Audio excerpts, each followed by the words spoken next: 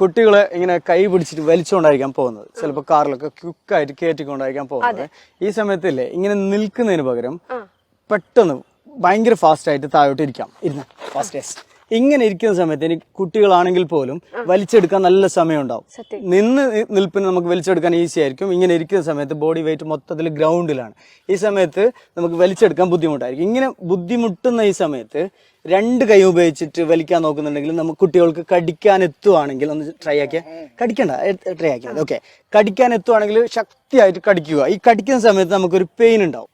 ഈ പെയിൻ വരുന്ന സമയത്ത് അത് റിക്കവർ ആവാൻ എടുക്കുന്ന ഒരു 5 to 10 seconds കുട്ടികൾക്ക് ഓടി രക്ഷപ്പെടാൻ പറ്റും. അതല്ല കയ്യിൽ നമുക്ക് മണലോ അങ്ങനെ എന്തെങ്കിലും മണ്ണോ എന്തെങ്കിലും സാധനം കിട്ടുവാണെങ്കിൽ അതെടുത്ത് അവരുടെ മേലെ എറിഞ്ഞതിന് ശേഷം നമുക്ക് രക്ഷപ്പെടാം. പെട്ടെന്ന് തന്നെ ഓടി രക്ഷപ്പെടണം. രക്ഷപ്പെടുന്ന സമയത്ത് സൗണ്ട് ഉണ്ടാക്കണം. ആൾക്കാരുണ്ടാവാൻ സാധ്യതയുള്ള ഏരിയയിലോട്ട് ഓടണം. ഓക്കെ, ഇത് ഇപ്പത്തെ കുഞ്ഞുങ്ങൾക്ക് നമ്മൾ ഷെയർ ചെയ്യേണ്ട വലിയൊരു പാടാണ്. ഇതല്ലാതെ ഇനി വേറെ എന്തെങ്കിലും ഉണ്ടാവോ? കൊച്ചുകുട്ടികൾക്ക് അവരുടെ ലിമിറ്റ് വെച്ചിട്ട്, ഉദാഹരണത്തിന് ഒരു 5-8 വയസ്സുള്ള കുട്ടികൾക്ക് ഒന്നും കുറെ അഗ്രസീവ് ആയിട്ടൊന്നും ചെയ്യാൻ പറ്റില്ല.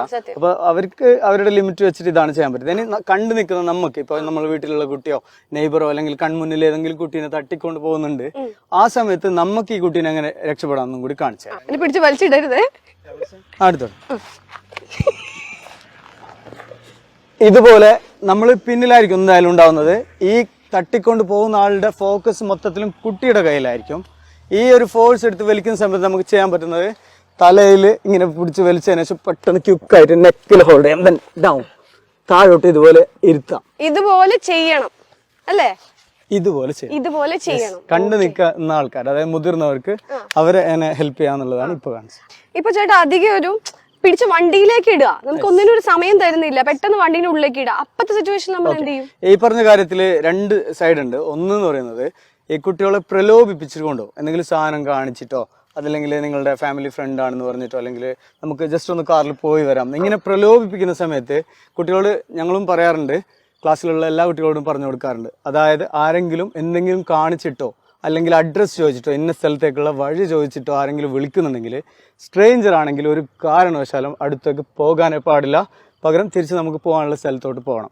ഒരു കാരണവശാലും വണ്ടിക്ക് അടുത്തേ പോകാൻ പാടില്ല. അതേപോലെ സ്കൂൾ വിട്ട് നടന്നു വരുന്ന സമയത്ത് കാർ ഇങ്ങനെ ഒരു സ്ട്രേഞ്ച് ആയിട്ടുള്ള ഒരു കാർ കാണുകയാണെങ്കിൽ അതിൻ്റെ അടുത്തൂടെ നടന്നു പോകാണ്ട് ഡിസ്റ്റൻസ് കീപ്പ് ചെയ്യണം. ഈ രണ്ട് കാര്യം എല്ലാവരും പാരൻസും അതേപോലെ സ്കൂളുകളിലൊക്കെ, യൂറോപ്പിലും അതേപോലെ മറ്റു രാജ്യങ്ങളിലൊക്കെ ഇത്തരം ട്രെയിനിങ് എല്ലാവരും സ്കൂളിൽ വരെ കൊടുക്കുന്നുണ്ട്. അതുപോലെ നമ്മളുടെ സ്കൂളുകളിലും കുട്ടികൾക്ക് ഇത് ബേസിക് ആണ്. ആക്ച്വലി ഇത് പ്രത്യേകം എടുത്തു പറയേണ്ട കാര്യമൊന്നുമില്ല. ഇതൊരു ബേസിക് ആയിട്ട് ഏതൊരു കുട്ടി അറിഞ്ഞിരിക്കേണ്ട കാര്യമാണ്. ഇനി അങ്ങനെ ബലം പ്രയോഗിച്ച് കാറിലേക്ക് കയറ്റുകയാണെങ്കിലും കാണുന്ന നമുക്ക് മാഷ് ഒന്നുകൂടി വരുമോ, ഇനി കാറിന്റെ അകത്തുള്ള ഒരാള് കുട്ടീനെ വലിക്കാൻ നോക്കുന്നുണ്ട്. ഈ ഒരു സിറ്റുവേഷൻ നമ്മൾ കാണുകയാണെങ്കിൽ കുട്ടികൾക്ക് ചെയ്യാനുള്ളത് സെയിം തന്നെയാണ്.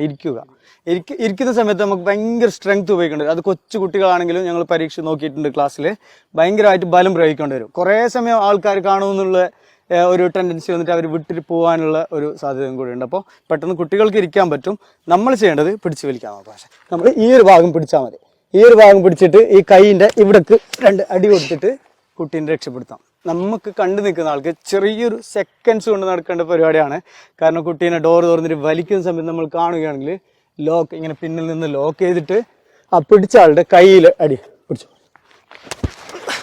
എത്രത്തോളം പവറിൽ നമുക്ക് ഹിറ്റ് ചെയ്യാൻ പറ്റുന്നുണ്ടോ അത്രത്തോളം പവറിൽ ഹിറ്റ് ചെയ്തുകൊണ്ടിരിക്കാം.